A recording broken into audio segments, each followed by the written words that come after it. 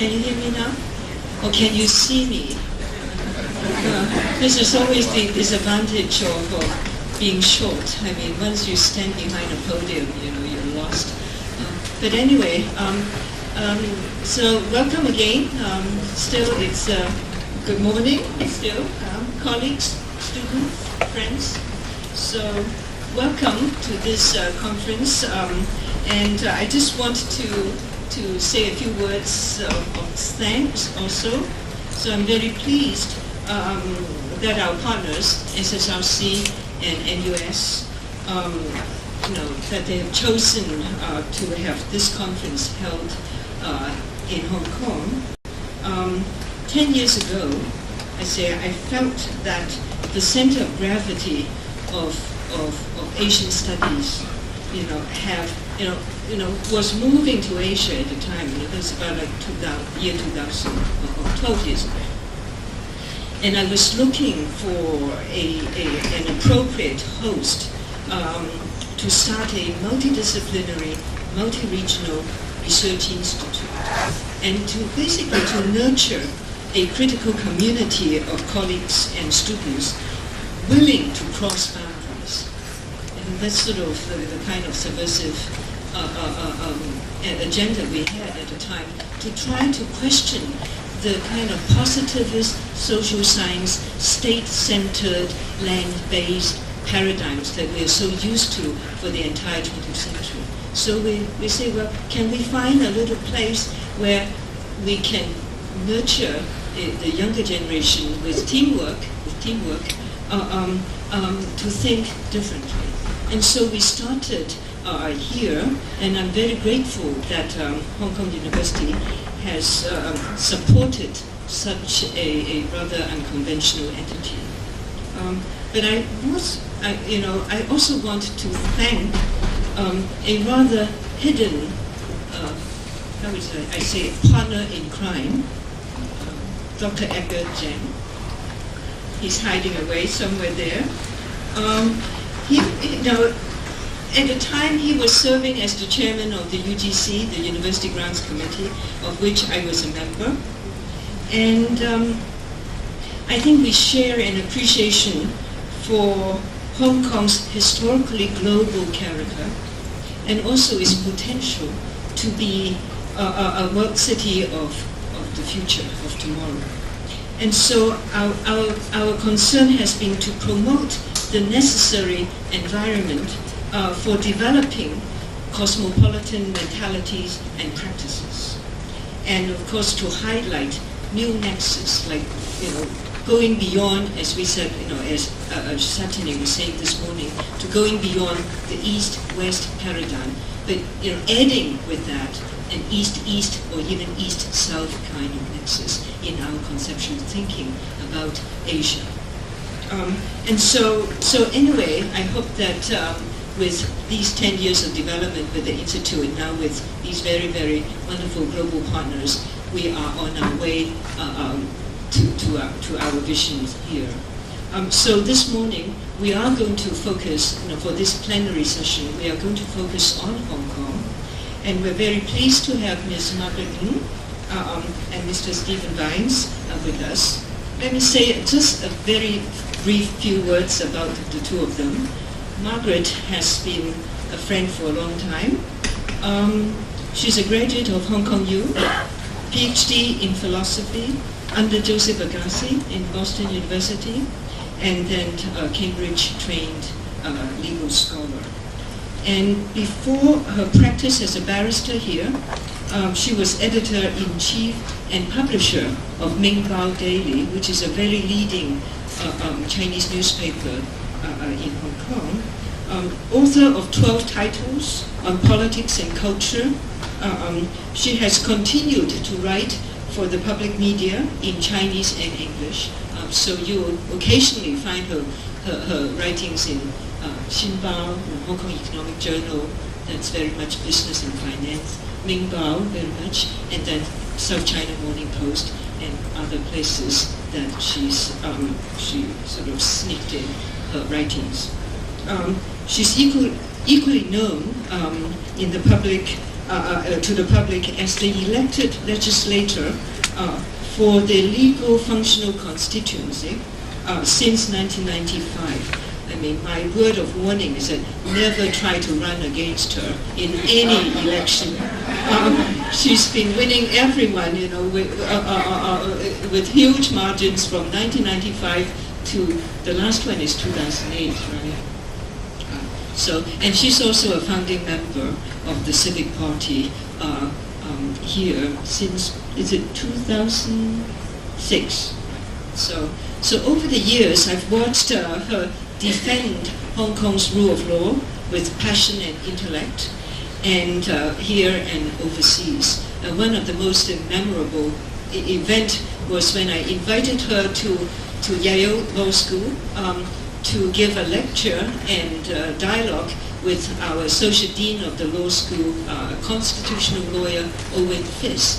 And the two of them had a couple hours of dialogue comparing the evolution of the American Constitution and, at the time, the beginning of the Hong Kong Basic Law.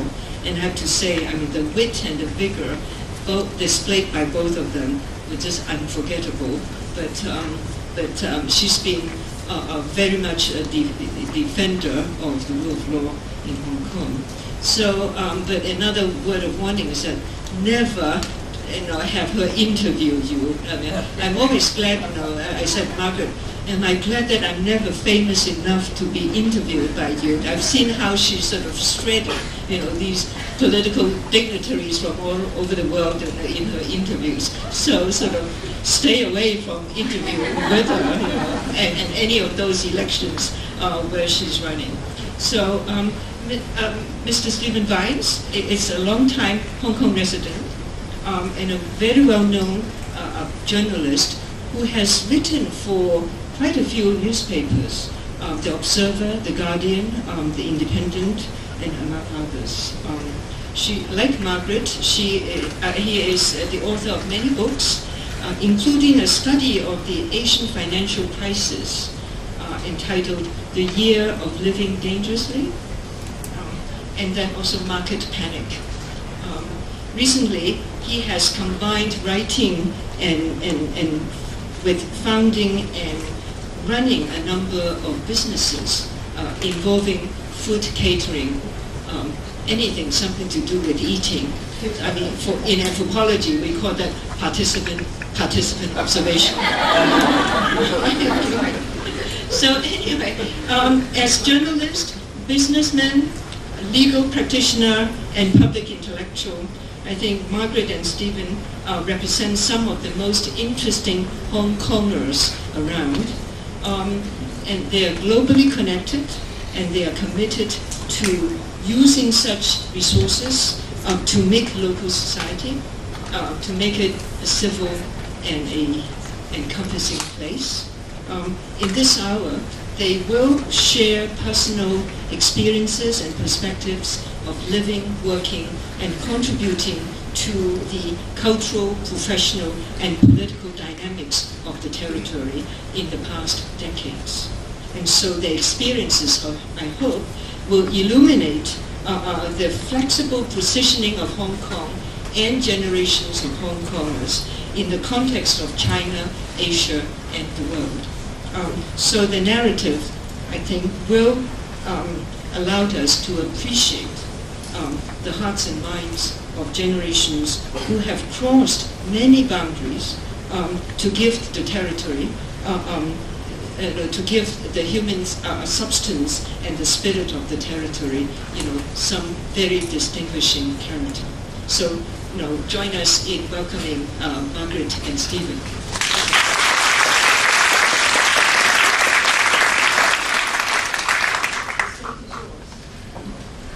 Helen, do I get to ask the first question? Right now, Steve, you are just no less able to shred the people you interviewed to pieces, but being in politics makes me polite, which is very boring. Now, Steve, you and I met in 1987, right? 1987. If people remember, that was the 2 years after the the Sino-British Joint Declaration about the future of Hong Kong. In fact, in short, the declaration which hands Hong Kong back to the Chinese, right? In 1987, when we met, you were a very unimportant item on my agenda. You know, Still. We met, I believe, in the Mandarin coffee shop. And at that time, you were a correspondent for The Observer and the Daily Telegraph, weren't you? Now, what I'm very curious to know is what was your impression of Hong Kong at that time? And what occupied the foreground of your mind when you look at Hong Kong as a foreigner? A foreign correspondent, but still a foreigner. What struck you most? What were the main stories that you saw? When you have answered the question, I'll tell you what preoccupied my mind at that time and why you were only a peripheral item, you know, with the greatest respect, and we say as lawyers. Lawyers. Well, Margaret is absolutely right. We did meet in the Mandarin coffee shop, and I was mercilessly trying to extract from her, as you do when you're a new journalist, contact, storylines. You know, it's cheap, but it works. But you say, what was the most overwhelming impression I had of Hong Kong? And I can tell you in one word: money. I've never seen anywhere in the world money in that kind of unashamed, unself-conscious, flaunted way. And I was deeply impressed by this. You know, I come from England, we're kind of coy about it. There's people with enormous amounts of wealth, but they turn up in shabby little coats and they don't like to flaunt it, you know. But here, what you see is what you get. And I thought that was pretty marvellous. But in terms of, and then you have to go a bit deeper and you find actually there's a hell of a lot more going on in Hong Kong than money. But Margaret says, you know, what was the agenda? I mean, what was I writing about for people in Britain? Because that was where these newspapers were. And I can tell you, actually, I was writing about two big subjects. One was they just announced that the walled city was about to be demolished. This was an area of Hong Kong, it was an anomaly in Hong Kong. This was the area of Hong Kong that had somehow fallen between the Brits and the Chinese, so that when the territory was ceded on the famous 99-year lease that expired in 97, the walled city was the area that hadn't quite been in the treaty. It wasn't quite clear whether it was part of British territory, and the vacuum was marvellously filled by triads, opium dealers, people, cheap dentists. So that was one story. And the other story, which people have forgotten, but was really big at that time, was this enormous influx of Vietnamese refugees, Vietnamese boat people. And that told you a lot about Hong Kong. Why were they coming here? Not because I think they thought, oh my God, I must come to Hong Kong. It was, oh my God, I can't go anywhere else. That's why they came here. And that was, what was... I think the first comment was that Wall City was not something that I would particularly want to spend time on. But one comment is, how like governments, if you can't solve a problem, dissolve it. You know? So the trouble with the Wall City is that there had been an ongoing controversy as to whose sovereignty was this under. Had it been ceded to the Brits, or remains Chinese territory? That is why a lot of laws, in Hong Kong laws, could not easily be enforced in the Wall City. And that is why you have to have qualified dentists in the rest of Hong Kong. But the unqualified ones who many people told me, particularly themselves and their clients, told me that they do just as good a job at a much cheaper price. They have to operate from the Wall City. You know, so before the problem of Hong Kong's handover became news, the two governments actually have sat together to discuss in secret what to do with the Wall City. And so there was an agreement that they would demolish the Wall City. The Wall City was really a wall, you know. And so if you now go and look at Hong Kong, the Wall City does not exist. And if you ask, did it exist? You know, you have some doubts. Maybe you dreamt it up. So it is very like Hong Kong. And the Vietnamese boat people was another such problem. But I'll tell you why I thought these problems were not so. Because in 1987, Steve, I remember when we went down memory lane together just recently, you said that in 1987 the handover story was no longer a big story because it was already dealt with in 1985. But for us in Hong Kong, that was the major story, because the Sino-British Joint Declaration tells you that in 1997, Hong Kong will become under Chinese sovereignty. You know, there are different, you tell me what the handover is and I'll tell you politically which side you're in. Me, I'm politically incorrect, so I say handover.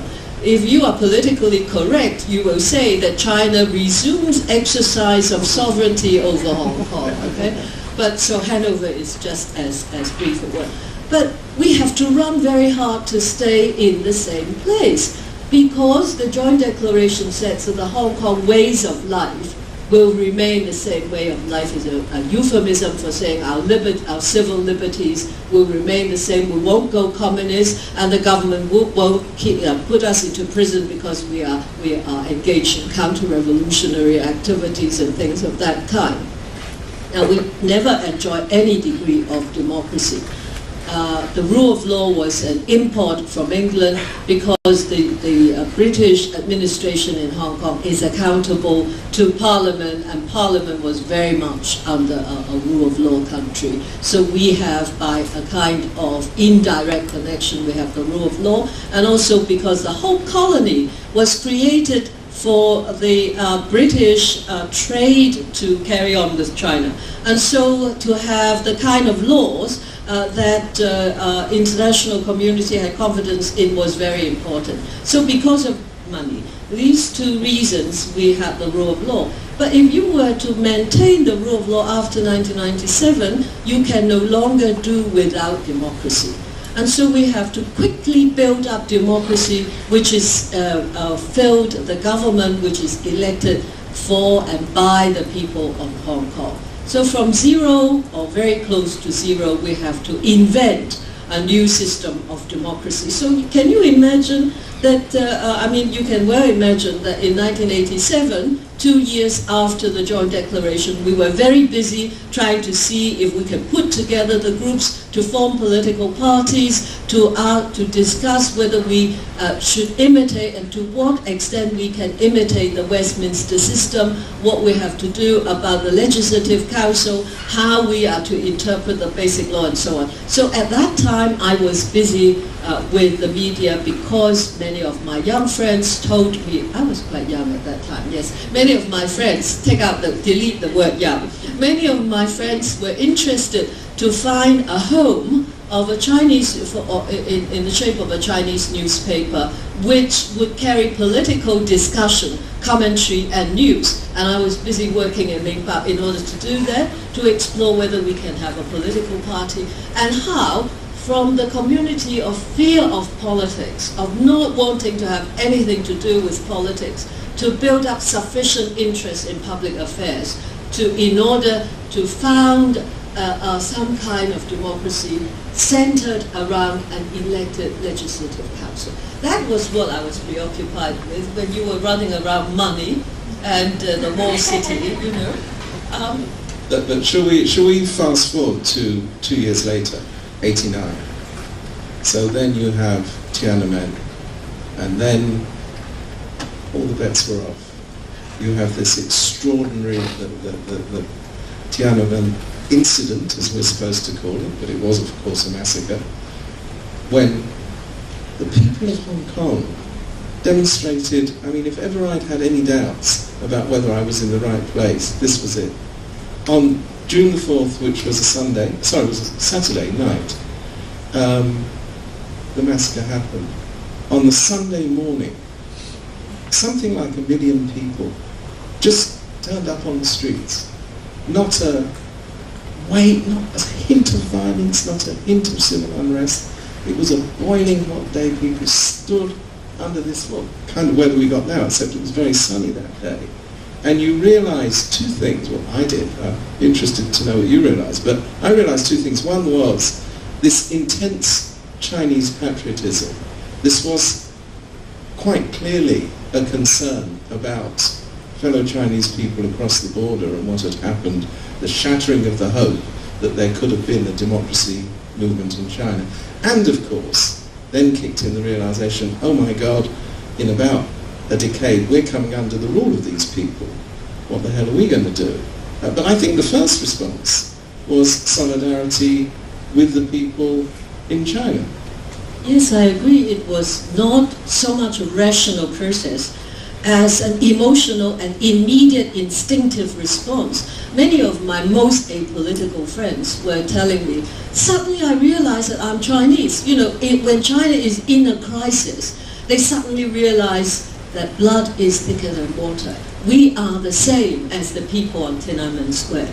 And that is why, almost without organization, 1 million people turn out in the streets. I remember at that time the governor was David Wilson, and the Chinese authorities sent a strong protest to the governor of Hong Kong for tolerating the massive demonstration in Hong Kong. And the governor said, how on earth do you expect me to stop the demonstration? And indeed, we cannot say that there was any organizer as such.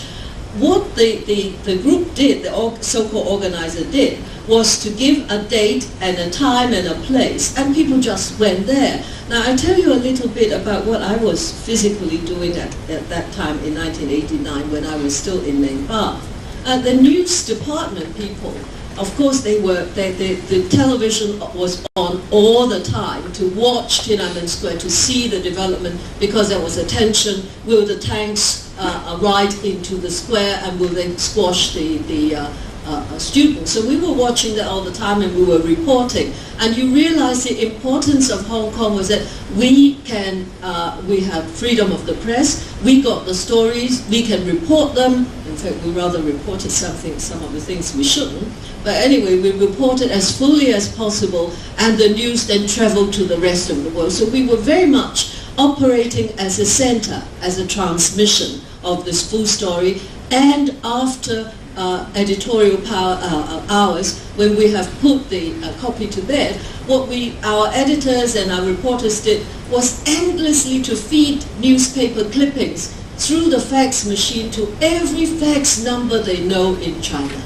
So that, because Chinese people did not realize what was going in Beijing. So in that very little story, one sees the pivotal importance of Hong Kong. We are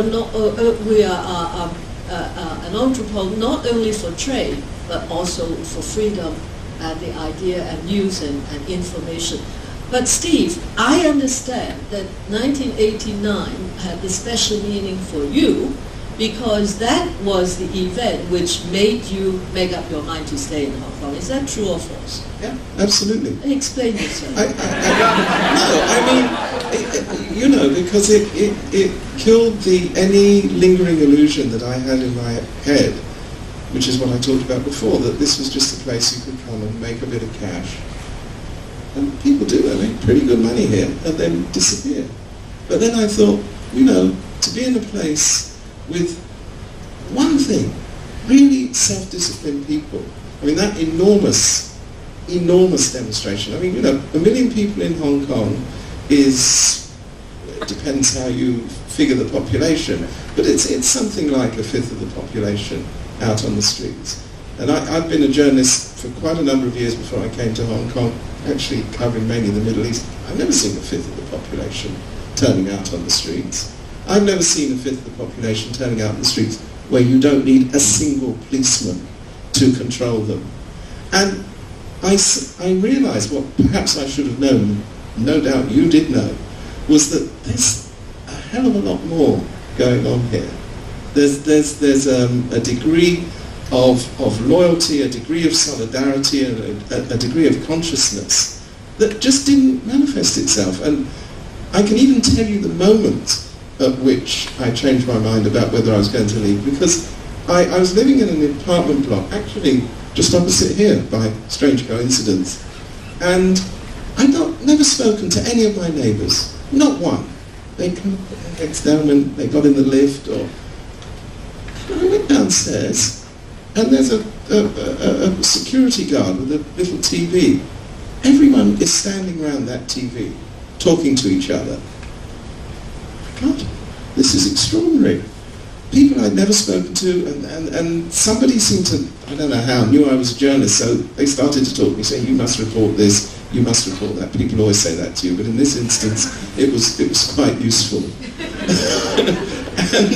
and I thought, this is pretty magnificent. Fast forward to yesterday.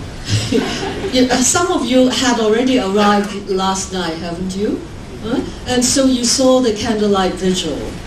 Now that is another instance of the spontaneous law-abiding feature of Hong Kong. 180,000 people walked into the park. Many of them couldn't get in. Like last year, when we held the candlelight vigil, the police was very sensitive about it, and they sent in just armies of police officers to tell us what to do. And the result was everybody got very angry because we were directed to walk up very slippery, dark paths and things of that kind, and there were lots and lots. 50,000 people could not get into the park for the vigil. So this year, the organizers talked to the police and said, will you be more reasonable? So last night, there was perfect order, and the reason why there was, not last night, the night before, 2 nights ago, the reason why there was perfect order was that there were many fewer police officers. You could hardly see, hardly a police officer in sight. And the result was we had perfect order, everyone was content, and everyone watched and participated in the vigil. And among the people, the reason why we have more and more people every year now is that more and more people come from the mainland. These are, they come for, what is the, they're individual tours. They can come like an ordinary tourist instead of having to join a group and have a special kind of politically correct reason to come to Hong Kong. So the numbers are swelling. Young people are swelling. So again, you see the particular importance of Hong Kong as keeping freedom open for the rest of China. And whether China will be a free, democratic country with walking towards the rule of law is so important to world peace. So you are now in a very small spot, and I'm going to say something disparaging in a minute.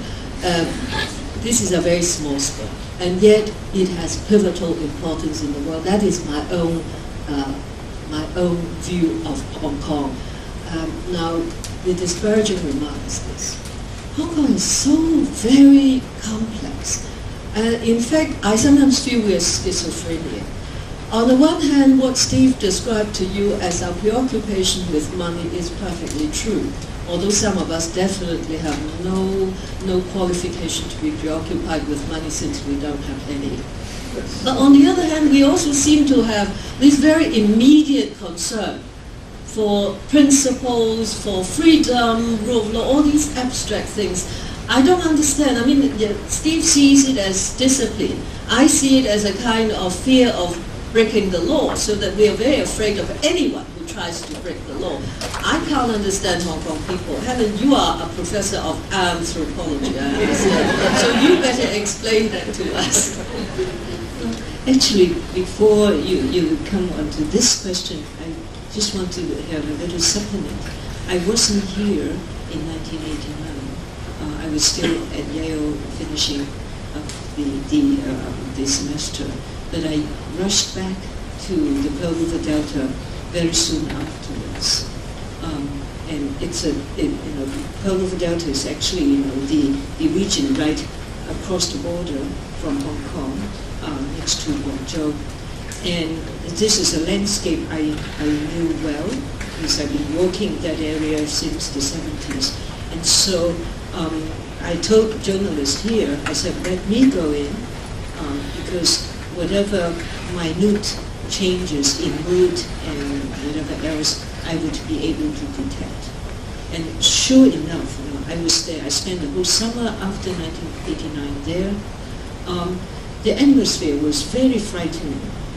There were talks, even in Guangdong, talks of people joining the province of Fujian, facing Taiwan, and then hopefully, thinking about creating a larger, outer China, so to speak, Fujian, Guangdong, Macau, Hong Kong, and Taiwan to be a little bit more autonomous. I mean, this was the kind of talk I never would have heard except probably in a crisis mood. But the interesting thing about Hong Kong being pivotal in terms of information dissemination was I was watching, as any anthropologist would watch, the shape of the antennas, the TV antennas. There are two kinds. One, the antennas capturing the whatever waves from the Guangdong official television studios from Guangzhou. The other was this kind we call yuguat. It's like a fishbone antenna, basically catching all the signals from the Hong Kong television. And of course, wherever I walked, you see no other but the Hong Kong antenna. And so everybody in the Pearl River Delta, not Guangzhou, the cities were very much under the government control, but anywhere else, the market towns, the municipalities, the villages, whoever had a television, they were beaming all the signals from Hong Kong televisions.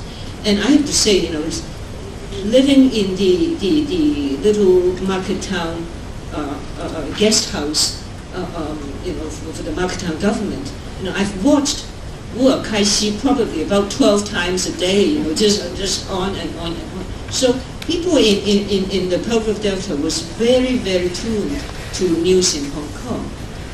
But more than that, remember this is late 80s. There were lots, tens of thousands of migrant workers from all over China working in factories in the local area. And they had nowhere to go during lunch breaks. They had no home to return to for their naps. And so they were wandering about on the main streets, watching the televisions, just like your security people and your neighbors, watching the televisions, beaming what's happening in Tiananmen Square. And enterprising ones eventually would get CDs copied from these television things. And during holidays, they return home to Xi'an, to Jiangxi, to Hunan, to wherever, and they brought those news with them. And that was how news of June 4th, 89, and the aftermath of it traveled during that time. And Hong Kong, I have to say, I was very, very impressed with how news then get into China in this kind of way. Okay, let me add just a small anecdote to that. I went up to Guangzhou, which was British colonialist called Canton, just after the events of Tiananmen. I spoke to this woman who worked in the factory, and I said to her, so, what happened in the factory? She said, oh, we had to have a 6-hour re-education session. So I said, boy, you had to sit there for 6 hours. What did they talk about? She said, none of us listened. But she knew a hell of a lot. This is precisely your point. She knew a hell of a lot of actually what had happened through the Hong Kong media, through relatives. Of course, that's the other thing. Have relatives who telephone them and talk to them. But I think the other interesting thing is, when all these people, what Margaret's talking about, came in initially to Hong Kong, I think it's fair to say they came for shopping. But now, they come to buy books, which they can't buy in China. I have a friend who's a book publisher. He says, I make sure all my books are out, because his books are all banned on the mainland. He says, I have all my books in big piles in centres where I know mainland tourists are going to be. They come to these demonstrations, they buy newspapers. It's maybe we shouldn't talk about it, because it's very subversive. This is called cultural tourism, I think. Have I got that right? Yeah, but I think there are two things which looking back, from 1989, 23 years later, if we were to look over that period of time, what were the major changes, let's say to you personally, your personal view of Hong Kong, the way you look at your role in Hong Kong? I understand that you now no longer feel so much a foreigner as a Hong Kong person. And there is a basis for it, because the Basic Law, in Article 24 of the Basic Law, it defines who are the Hong Kong permanent residents. This is a legal term, Hong Kong permanent residents. So this is a very important status, because you're entitled to vote and to stand for election. All the residents are entitled to protection of human rights under the International Human Rights Conventions, but permanent residents are entitled to vote, entitled to stand for election. So who are those people? The first three categories concern Chinese nationals who had certain connections with Hong Kong. But the last three categories have to do with non-Chinese nationals. So for example, if you have come into Hong Kong on a valid travel permit, and if you have resided here ordinarily for 7 years, and you have taken Hong Kong as your permanent place of residence, then you can become a Hong Kong permanent resident. So I try not to say it's no longer a question of whether you are Chinese or not Chinese, but whether you are a Hong Kong permanent resident or not a permanent resident, and you are very properly a Hong Kong permanent resident. So your view of your place in the community. I think the second point, which is a very notable difference, is the economic and social and political development, because we are so deeply linked with China, not just because of the handover or anything, but because of the people that Helen, you're going to deal with this at greater scholarly length, so I will not do it. But the peoples between the two, on both sides of the border, have been affecting each other. And so development in China immediately and permanently affects development in Hong Kong, even if it is a denial. And so the serious and some would say miraculous economic development in China over the last 10 years, of course Hong Kong had a very central role in that development, which we all avoid mentioning because some of it is faintly illegal. But we certainly have a hand in China's economic prosperity, and that had also affected the political development as well as the social development in Hong Kong. Steve, you just said that at first they came for shopping. They still come for shopping. They have kicked me out of the expensive shops because I'm a very marginal customer now. You don't go buy a handkerchief every year. They come in and buy 11 handbags, dozens of handbags every time they have a chance to come to Hong Kong. They are the big customers, you are a very small potato. So they still do a lot of shopping, but they do come here for other things. And that affects the way Hong Kong people look at themselves, and it affects the way Hong Kong political developments progress. So, but before I make any confessions, I think you should answer the question, Steve, as to how your view of your role in Hong Kong have changed in the last 20 years and your activities. I understand that you have steadily engaged in business, and so I think you should confess what kind of business.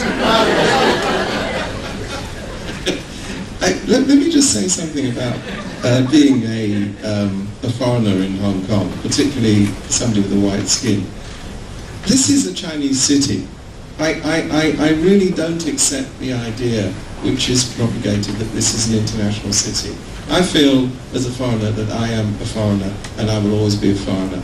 There are people who've lived in Hong Kong from the Indian subcontinent for 3-4 generations.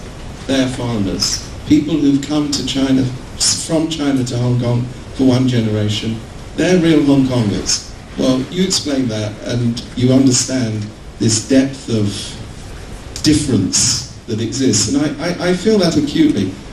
But you know, I don't face discrimination. I mean, you know, I shouldn't complain about it. On the contrary. I should immediately remind you that I was the chairman of the Bills Committee on the bill anti-racial discrimination. You were. The bill was to end all forms of racial discrimination in Hong Kong. So I will not accept that we...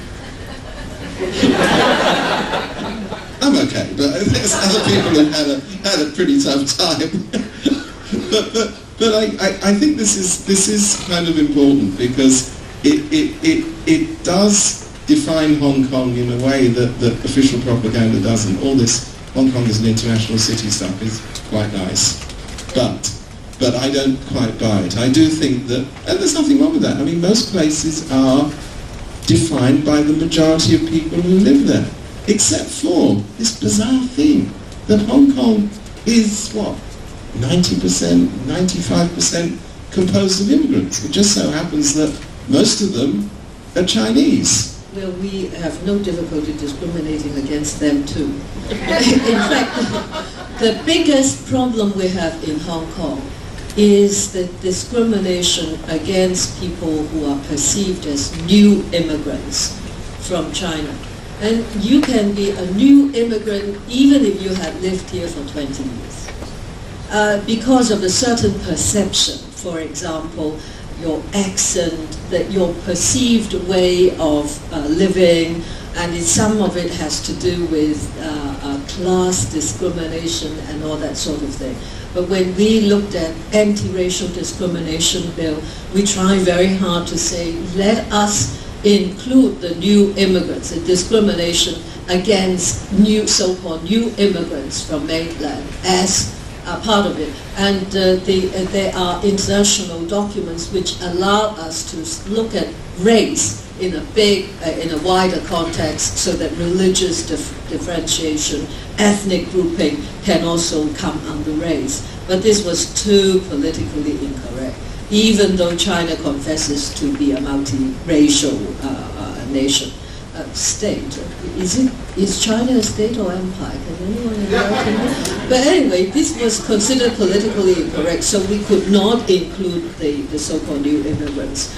But the reason why I want to emphasize all the time is not, I agree with Steve that we're not nearly there if we want to be an international city. Only part of us is international in the sense that our rules and regulatory framework is very international, in that, for example, in the year 2000, when we tried to consolidate all sorts of legislation on futures and securities under one consolidated bill, we saw a lot of people, not only, the Chinese traders, particularly not them, but the international brokerage firms. We in fact went to England, and we went to London and New York in order to see them, because the law we passed in Hong Kong about this kind of thing affects the international community, and it affects Hong Kong's relationship with that. So in that sort of sense, we are international.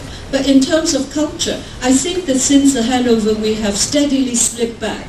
We have become, because of political correctness, we have become more and more quote-unquote Chinese. And that is why I always want to do something which is against the current. And I want very much to promote people like Steve, who are not racially Chinese, but who is very much part of Hong Kong. I think that is vitally important for Hong Kong to make a clear statement that although our majority of our residents are Chinese by race, Hong Kong is not just any Chinese city. Every Hong Kong permanent resident, and in fact any resident, very quickly is part of Hong Kong, regardless of their race. I believe, Steve, you don't have to be here for very long before you feel that Hong Kong is as much your place as anybody else. The other side of that coin is this fantastic equal opportunity. I mean, Margaret talked about me going into business. I kind of realized after a while that maybe newspapers weren't the future. And if you wanted to be very poor, you could carry on working for a newspaper for all your life, and boy, has that turned out to be true. But one thing I noticed while I was going to press conferences and things was that they hardly were ever held in the morning. The reason was that most of my Chinese colleagues, the local journalists, were busy doing other things. They had little businesses, they had, you know, all kinds of stuff to do in the morning. So they couldn't be bothered or couldn't be able to do this. And I thought, well, you know, if they can do that, maybe I can do that as well. So I tipped my toe into the business world by investing in a kitchen equipment firm. And then I thought, well, you know, food is actually the only thing I know other than this other stuff. And then I thought, I'm accustomed. and then I started this company that does catering in fine universities, not Hong Kong U. I tell you, if you want to eat well in a university, you really have to leave Hong Kong U. But advertising, I'm sure, isn't allowed at this session. But I'll give you the names if you. But the whole point is this, you know, within this kind of very rigid bureaucratic system, which sort of sits on one side, within this quite structured system, which sits also on one side, then there's this open area where you really can do things here. You want to start a business, the only thing that constrains you from doing it is you. If you don't do it, then it's not going to happen. If you're determined to do it, it can happen. And that's, I suppose, the miracle of Hong Kong, the thing that people talk about. And strangely, it's true. You can do that. And if you can mix it with a bit of journalism, as far as I'm concerned, that's pretty good. But you mixed it with law. You saw the future and went into law. No, that was not why I went into law. But because I have, you see, I started, never mind how I started. I remember a long time ago when I started to interview a government official about to retire, I asked the wrong question about, I don't know, about his life, and he said, I was born in, I said, oh my God, I asked the wrong question. He's going to give me the story of his life. No, I think the reason why I went into law was that after doing a number of things, I feel that if I were to survive, I better have a profession, which makes it quite clear that I was going to make a living in some area. So I went into law, partly also because when I was engaged in journalism, I realized how important it is for you to read the details of any proposals, any policy proposals, because they may be saying one thing, but the law with which they implement it may be quite another. And so when the thing which triggered it was a piece of legislation called the British Nationality Act, which basically cut out Hong Kong. And in order to interview all the passing MPs and our Director of Immigration, I have to know where the question was. And so I did some reading of the law. And then later on I decided that was the thing to do. And it turned out that it was all a preparation for a divergence from the law, namely 5 years after I have started practice, I was persuaded to stand for election, and since 1995 I have been elected to LegCo and have the honor of serving the legal community as their representative, looking at the safe transition of the rule of law. Because as you can see, the two systems are extremely different. And so how can the rule of law survive in Hong Kong was a very difficult issue. And I understand that they want someone not only determined, but definitely pig-headed about the thing.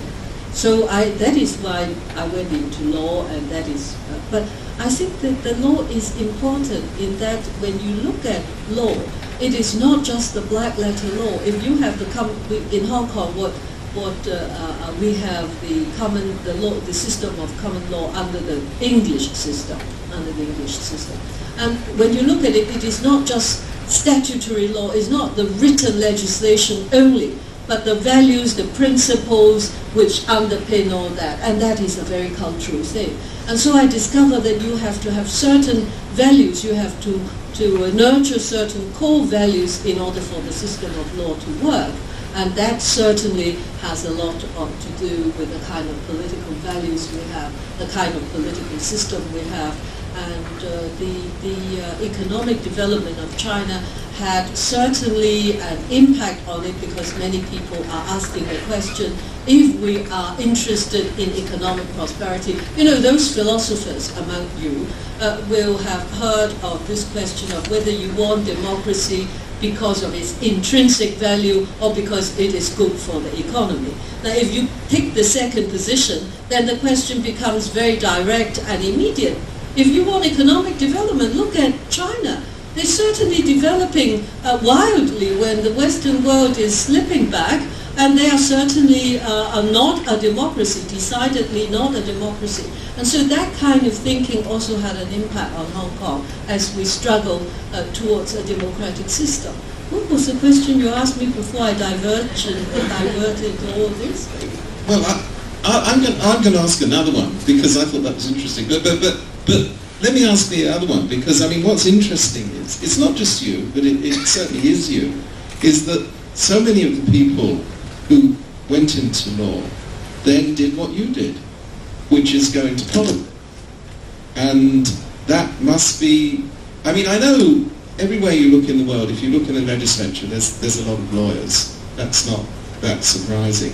What is interesting in Hong Kong is, I think, not without exception, but mainly the people who come from the legal sector are in what passes in Hong Kong for the opposition.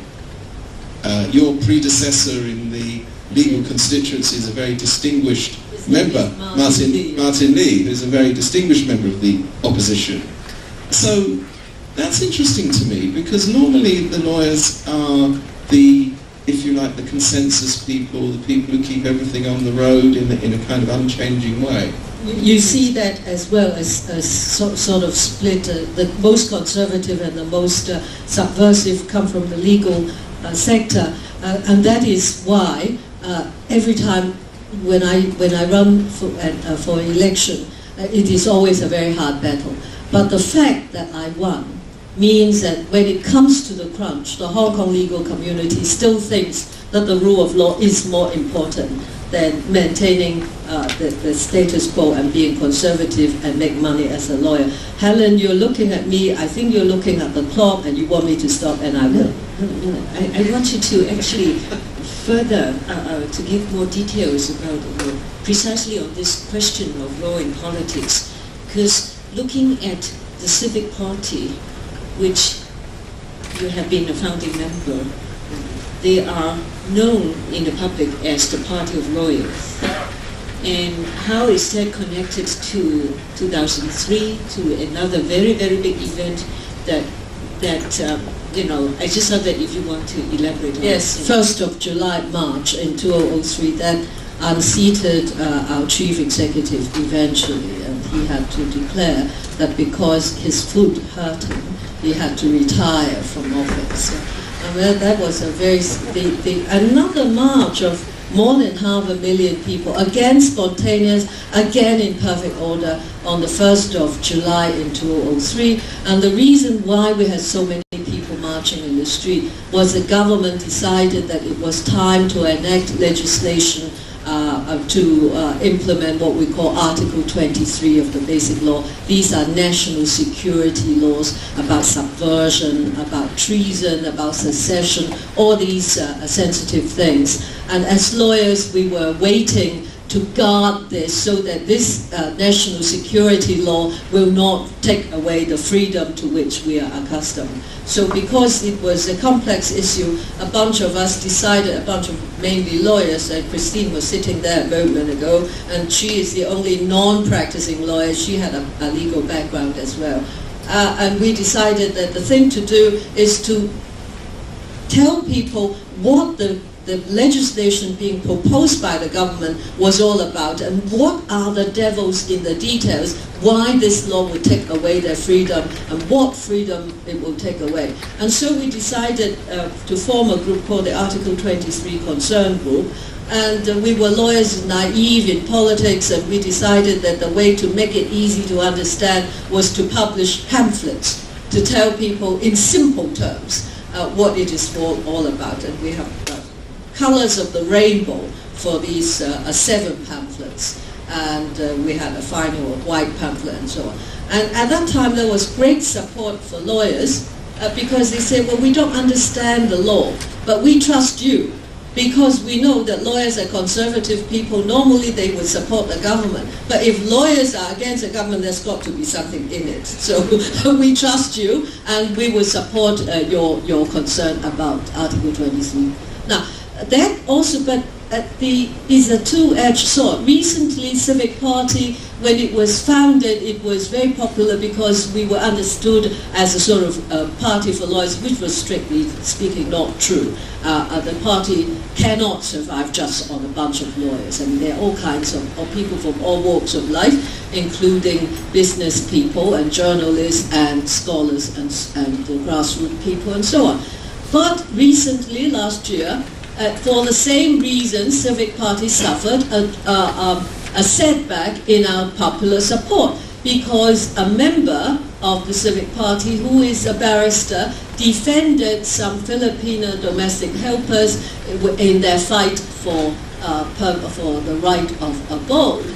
And the Hong Kong people then say, well, how can you take the side of these foreign domestic helpers? If you allow them to have residence rights in Hong Kong, then we would be swarmed with people from all over the place and their families. And so your party supports something which is against the interest of Hong Kong. Now, we cannot explain to them that, first of all, this doesn't mean the fact that one of our members, who is a barrister, represent a particular party, does not mean that this is a litigation of the party. It has no relationship with the party. People cannot understand that. Secondly, we cannot put across the view that you have to defend the right to legal representation, even if you do not agree with the stand of that people. Now, I'm quite sure Hong Kong people are intelligent enough to see the difference. But it is becoming a special feature of Hong Kong that because we are so powerless, we don't have an elected government, we don't have the kind of channel to affect the government and affect government decision. Whenever there's something we feel impinges on our interests, the one thing that we do, almost by reflex, is to shout at the top of our voice and to protest as strongly as possible, because unless you make a strong enough noise, you are not going to be heard.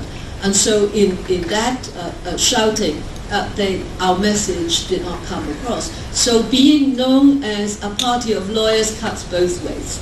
We do not know how Civic Party would do in the coming September election, but we know that there are difficult problems that we have to prepare ourselves for, but certainly how to maintain the rule of law. And this is a hard part of the lesson. The rule of law does not come free. You pay for the rule of law when someone wins in a legal battle, and that the result may not be something that you like to see. Now, how to get that across to the community and get them to accept that even given this, the rule of law, although it does come with, first of all, that the rule of law does come with a price tag. Secondly, even it comes with a price tag, this is something that we cannot afford not to pay for, so to speak. That's a very long lecture. Yeah, well, you're blaming scholars for lecturing you, but you are, I mean, this is very, very good lecture. But I just want to supplement again on the more social aspects of Hong Kong in relation to what Stephen and Margaret is saying, if I may, because you've mentioned about the discrimination against so-called new immigrants. We talk about the rule of law, we talk about Hong Kongers. In fact, if we see Hong Kong as a city with rather porous borders, Hong Kong has always been the land of immigrants and emigrants. Then why is it that by the late 80s and the 90s we started to have this term called new immigrants? And I think it's a very, very important development for many of the Asia's mega cities today. I mean, South Asia, Southeast Asia, and everywhere. It's because, over the decades after the war, you actually have a generation or two of people who would no longer see their home as elsewhere, but that who've made their home in a particular place like Hong Kong. And then in times of economic hardships or fluidity or vulnerability, people tend to turn against so-called outsiders. I'm actually quite alarmed that, you know, I have to share some of Steve's sort of perception here. By figures, if I'm right, ever since 1997, expats been leaving in double-digit numbers. So that's one. So you see a changing aspect of the global aspect of Hong Kong's population composition. On the other hand, there's huge numbers of what we call new immigrants. They were people who have come to Hong Kong in 1979 to 81. There's about close to probably more than 500,000 people who came over across the border from China in two rather poor rural districts of the province in Fujian and Guangdong, who came in huge numbers. They are young, male, rural, and poor at the time. They came to look for a better livelihood when China suddenly opened its borders. And then since then, throughout the 80s, they've settled down because Hong Kong government at the time was doing a lot of infrastructural building for a new, world city. And so they settled.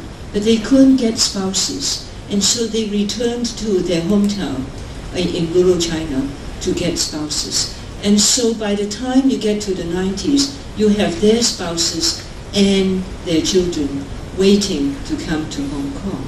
And suddenly, from this group of so-called new immigrants with the older settled immigrants, who call themselves Hong Kongers by then, there's a real gap, cultural, political, economic, and otherwise. But in fact, Hong Kong's borders continue to be porous. The question is, our law, our institutions, who are we taking in and who are we rejecting? And I think those are the very, very complex issues to think about how to rebuild a Hong Kong population that can continue to be encompassing and broad in background.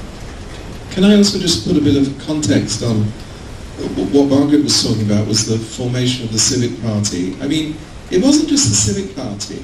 And what's happened in Hong Kong has been really interesting, is that this blossoming of political, public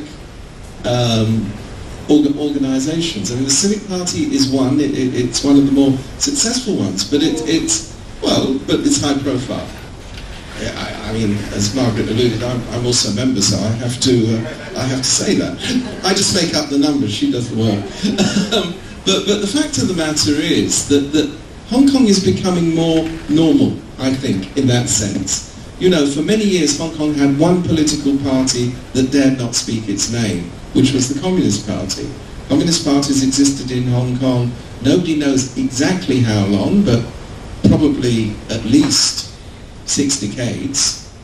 And Christine Lowe, who's just left, has tried to, she's written a book about it, but if you read her book, you realise the problem of actually finding out about this mysterious party that is very powerful, that doesn't exist. Now, parties say, I'm the Democratic Party, I'm the Civic Party, and some of these parties have very long names, the Democratic Association for Betterment and Progress of Hong Kong, which incidentally is the Civic Party, is the Communist Party in drag.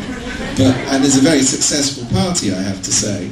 And then you have housing associations, then you have pressure groups for this and that, and then you have all these new generation organizations, so-called post-90s, who appeared apparently from nowhere. Well, of course they didn't appear from nowhere. They appeared from people who were living here, a younger generation didn't quite fit into the political party structure, but got exercised, interestingly, about conservation issues, first of all. Let me make a 1-minute lecture on Hong Kong, development of Hong Kong politics.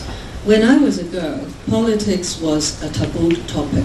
because by politics, our parents meant the struggle between the Communist Party and the Nationalist Party.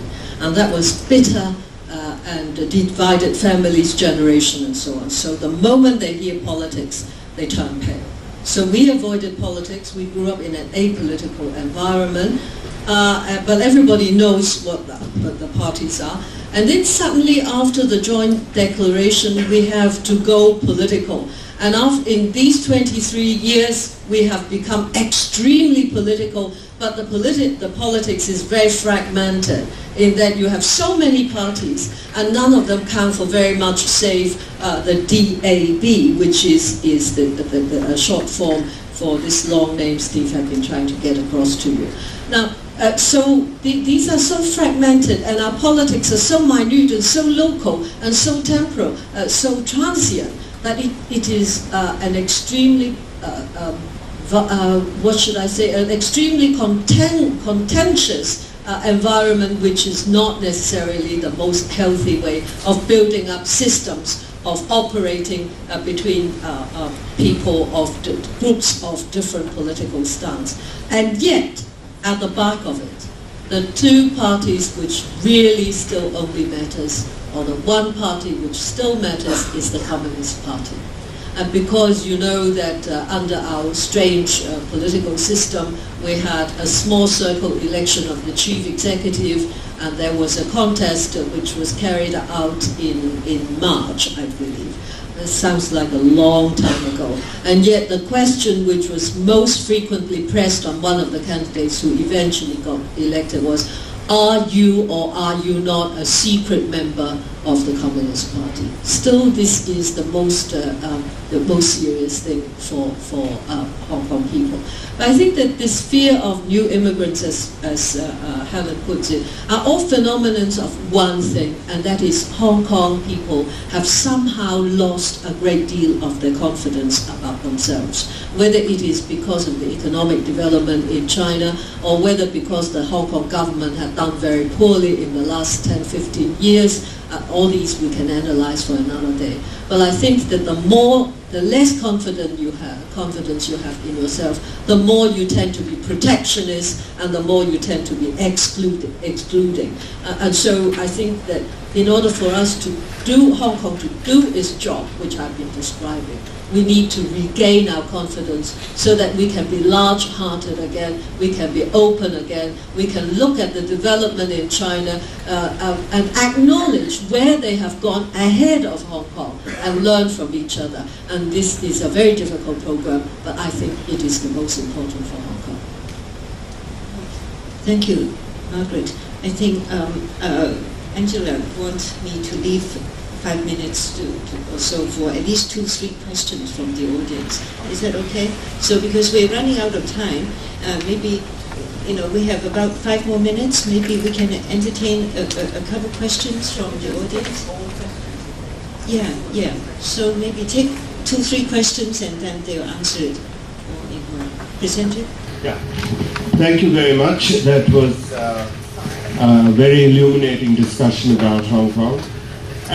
But I want to go back to our conference theme and talk about Hong Kong's connections.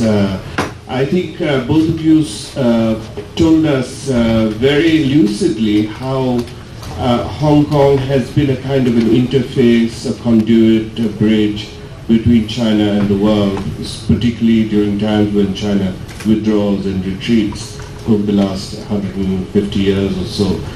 But, and it played a very important role both ways. I mean, just as much for information to get in, capital to get in to China and so on, as much as to connect outsiders interested in China, whether it is the regional community of overseas Chinese, or it is the broader Asian region, which we're concerned with, and globally, the connections. Now it seems that one part of its role continues, that is, Hong Kong continues to provide information, particularly as you say, within China in 1989 and so on. You brought that out very well. but it is not, doesn't seem to be as necessary for China in this larger sense. So can Hong Kong continue to play this role? And if not, what will continue to give it its status? What will continue to sustain it as that global and regional center? Thank you.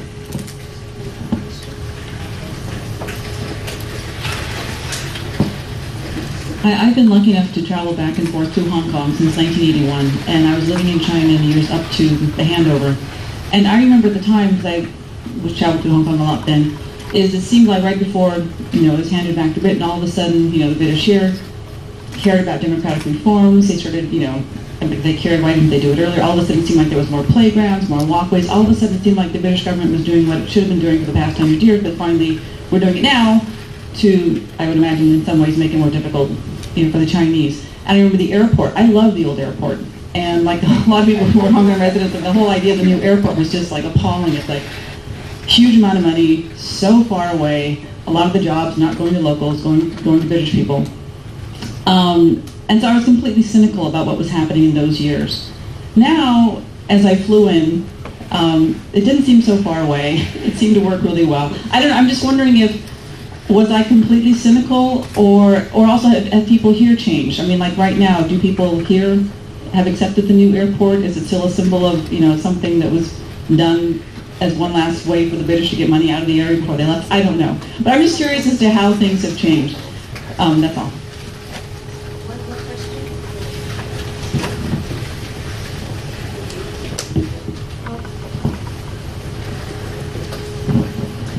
As a Hong Konger, I'm rather concerned about 2047. So, as a lawyer, you said the years to the handover were very busy thinking about the handover, 10, 15, 20 years in preparation. So when are we preparing for 2047?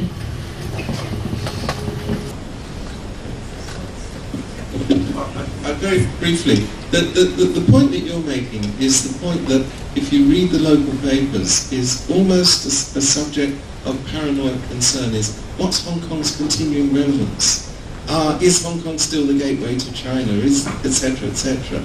And the simple answer is that Hong Kong isn't as important as it was, I don't think, as a gateway to China. It isn't the one way that you can get into the mainland, which is why people go, directly to Shanghai and all the rest of it.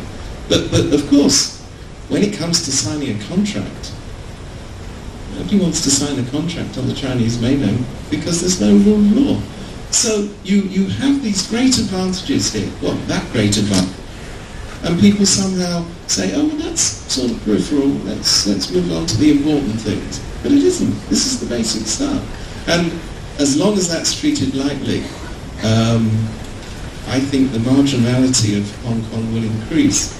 But I'm very interested that you raised the question, just very briefly, of 2047, which is, 50 years of no change. Well, if you remember, Deng Xiaoping said very casually, 50 years, no, maybe it's 100 years. We will maintain two systems, one country, two systems. But the reality is that in the 2 decades, we're now entering the 3rd decade of rule. Some of the important things that distinguish Hong Kong and the Chinese mainland are being eroded. So I would rather suspect that there is nothing you can do to prepare for this, because all of this depends on what happens in China with the Chinese Communist Party. I mean, here isn't going to influence that. He says this because he's a foreigner. Now, there are two views about, these 3 questions are really connected. I don't think there's anything unusual about your being cynical about the BRICS. Lots of people in Hong Kong are very cynical, and not only non-Chinese people, a lot of Chinese people, local Chinese people as well. I think that the lasting value, I still believe that Hong Kong has a lasting value for China, at least for as far away as we can see, and the whole thing depends on one country, two systems. Hong Kong had been allowed to remain a colony under the British, not because the Brits were strong, but because it was a national policy for China to keep Hong Kong as a different kind of place, so that a lot of things which cannot politically be done in China, can be done in Hong Kong. And because of the special connection between Hong Kong and China, China can benefit from the system which is in Hong Kong. I need not go into the details. But what a lot of people in Hong Kong don't realize is that what saves them is the two systems. And they're very anxious about the mainland authorities seeing us as wanting to split away from the the central system, and so they want to emphasize our being Chinese. And I think that is quite wrong. There's no need for us to emphasize that we're Chinese, because we are. Whether as a matter of law or as a matter of race, whether as a matter of history, as a matter of culture, you cannot deny that you are Chinese, so there's no need for you to waste any more ink on your being one country. But how to preserve the two systems under the one country is the most important thing. Now, of course, Steve is right. There are no longer physical barriers. In the 50s, the bamboo curtain, the iron curtain, you can't get into China. Or the worst, you can get in, but you can't get out. Now, why do your business in Hong Kong when you can go directly to Shanghai? But for China to develop the kind of service industry, I don't talk about the rule of law, you have to have these underpinnings. And unfortunately, China is not in a hurry. It will not develop free information and the rule of law, equality, all this kind of thing anytime soon. So Hong Kong must always see where is the difference between the mainland, China and Hong Kong, and how can we serve as compradors in history, as now a different kind of providing of a breathing space or whatever you call it. Where is the difference? Emphasize that difference, because that difference is not just a politically subversion, it is also economically, socially a convenience for the mainland. And if we can, and I think that the intelligent people in China realize that. And so if we can talk on that level, then we can be both Chinese and Hong Kong. We can be all can be the same and at the same time different. And Hong Kong will always have a lasting value for China. Even though when China had, the 50 years unchanged was our expectation. The story goes that Deng Xiaoping was at first saying, well, 5 years unchanged, and people turned pale and said, 5 years? And he said, oh well, in that case, 50 years. And so the idea is that we accept 50 years not because there is a magic in 2047, but we anticipate that by 2047, China would have sort of caught up with Hong Kong. This is a very chauvinistic way of looking at it, because of course China had developed in certain ways, for example, cultural ways, which Hong Kong had become backward, But the idea is not who is catching up with whom. It is whether we can use the breathing space we have to build up those systems. And I share your anxiety. We seem not to understand our mission. We seem to emphasize the wrong things. We seem to put so much emphasis on being politically correct that we forget our own mission. Even if you are a patriot, your mission, not only towards Hong Kong, but towards the future of China. You have forgotten the big picture. And so they ask people like a lot of Democrats in Letchko, who try still to build up the core values of Hong Kong, and that is difficult because, and this is the other image, which is a little less optimistic, but I think it's real that we have to bear in mind all the time. And that is the image of a formal garden. When you want to keep a formal garden, you have to do your clipping all the time. And if you stop clipping, then it will overgrow. Now, if you are an old formal garden, you have been a formal garden for the last 300 years, then when it has overgrown, you can easily, or maybe with little effort, cut it back. But if you are a new formal garden and you are overgrown, you will not be able to recover the original formal garden. And that is the sense which informs Hong Kong with a great sense of urgency. And that is the source of our passion, because we have no time. Thank you. I think we must join, together to thank the two speakers for sharing such remarkable insights and experience. So let's give them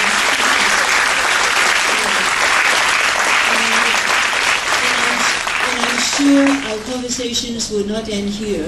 I think I very much share Margaret and Stephen's concerns about Hong Kong's mission and vision and what we can do as academics. I mean, creating the institute here in Hong Kong, I remember I had a conversation with the then Minister of Education in Beijing, and I said, I very much feel that the center of gravity of Asian studies moving to Asia. I said, but setting up this kind of open, encompassing, this sort of subversive kind of intellectual enterprise, to put it in the US is too far, but to put it in China is too close. She understood exactly what I said, and as I'm going to try to have a host in Hong Kong and let that grow. So you're part of that growth, and we hope that you'll keep coming and to keep Hong Kong's border porous and global. Thank you very much.